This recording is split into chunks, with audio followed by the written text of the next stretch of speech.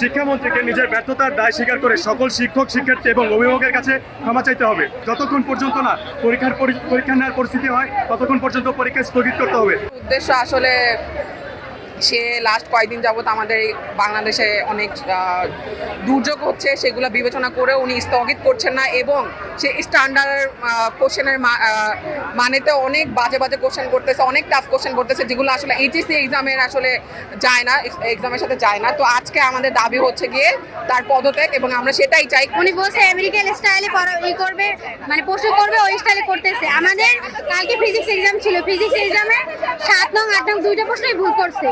উনি এমসিকিউ কোথা থেকে দিতেছে, প্রশ্ন কোথা থেকে দিতেছে আমরা কিছুই বুঝতেছি না। বা প্রশ্ন আমরা পড়ে দিতেছি, আমরা 1500-এর মধ্যে এমসিকিউ সলভ করে গেছি, কিন্তু কোন এমসিকিউ আমাদের কমন আসে নাই। তো আসলে দুইটা এমসিকিউ কমন আসে। আর বাংলা যে প্রশ্ন করছে সবগুলো পদ্ম থেকে দিছে, তাও আমরা এত এমসিকিউ পড়ে গেছি, কোনো কিছু আমাদের কমন আসতেছে না।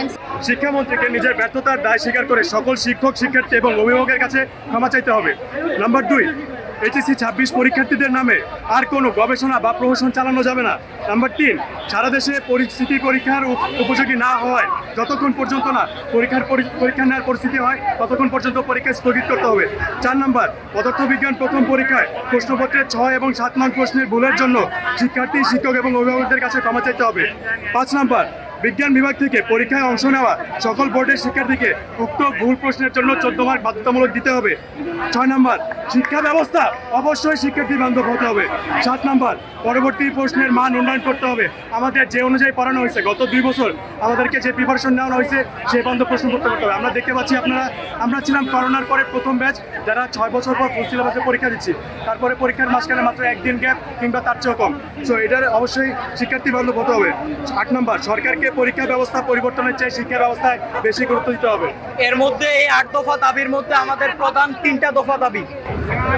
শিক্ষামন্ত্রীকে নিজের ব্যর্থতার দায় স্বীকার করে সকল শিক্ষক, শিক্ষার্থী, অভিভাবকের কাছে ক্ষমা চাইতে হবে এবং সারা দেশের পরিস্থিতি পরীক্ষা নেওয়ার উপযোগী না হওয়ার আগ পর্যন্ত এইচএসসি পরীক্ষা স্থগিত রাখতে হবে এবং বিজ্ঞান বিভাগ থেকে পরীক্ষায় অংশ নেওয়া সকল বোর্ডের সকল শিক্ষার্থীকে উক্ত 14 মার্ক দিতে হবে যে কোশ্চেন ভুল।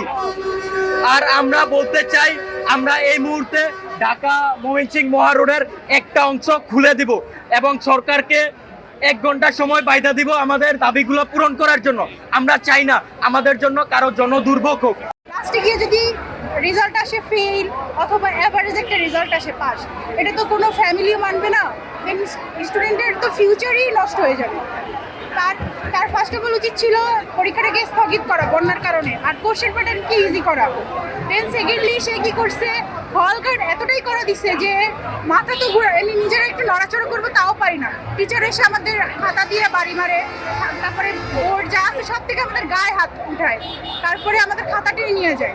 তার উচিত ছিল না এরকম কিছু করা। এরপরে ম্যাক্সিমাম স্টুডেন্ট এক্সাম দিতে পারেনি বন্যার কারণে, তাদেরটা অ্যাবসেন্ট গেছে। তাদের উচিত ছিল যে মানে শিক্ষামন্ত্রীর উচিত ছিল স্থগিত করা, যাতে বন্যাটা ঠিক হওয়ার পরে পানির সব কিছু ঠিক হওয়ার পরে এক্সামটা নিতে পারে, যাতে সবাই এক্সাম দিতে পারে।